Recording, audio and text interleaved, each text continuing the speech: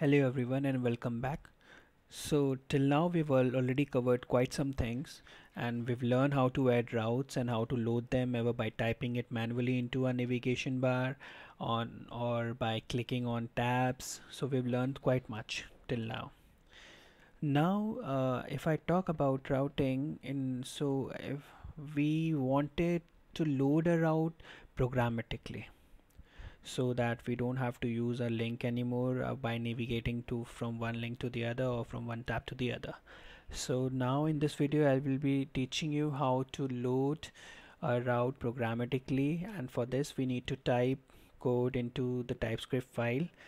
So let's see that in action. Let me move on to the code. So here in the app component we are currently using the router link to navigate through. With the help of the routes we are navigating to different components here, and now I wanted to navigate programmatically. So let me make use of my home component and I'll just add a button over here.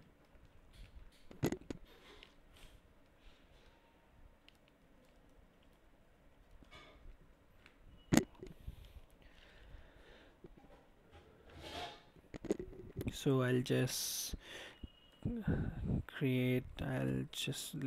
use the bootstrap class to make it look nice, and also I will assign a click event so that on clicking on the event it route me to another component. So my button has been created. I need to give a name, add router information, or it would more to router information. Simple.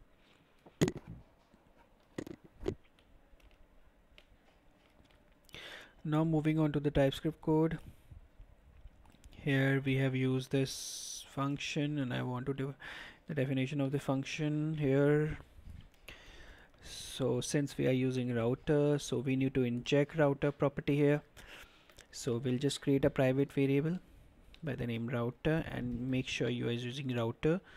So and it make sure you added the import. So I'll just my intelligence make it, so I'll be using, here is the import. So make sure you are adding this import, otherwise it will not work.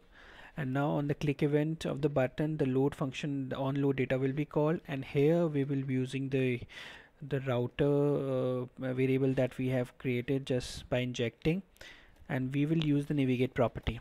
So this navigate property helps us in navigating from one component to the other programmatically, and you can see that it takes an array property because we can have multiple route information here. So that's why it needs the array property here, and just we will be defining the router path.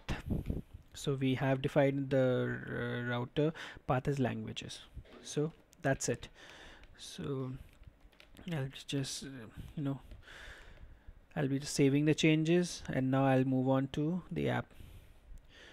So let's see if I received an error. Okay, I don't know why this error came. No provider for router, but that's strange. Let me check the code. Don't know why everything is intact. Okay, router provider, this has been, oh okay, so this should be in small case. I don't know why the IntelliSense took it in the uppercase. I guess this will solve the exception that we were getting. So we have the home, yeah, it's working. So we have the home, we are in the home tab, and we have the router information button created, and now once I click on this button, my language study material information will get loaded. Yes, so so it's working fine, and we have seen that the information get loaded correctly by navigating programmatically.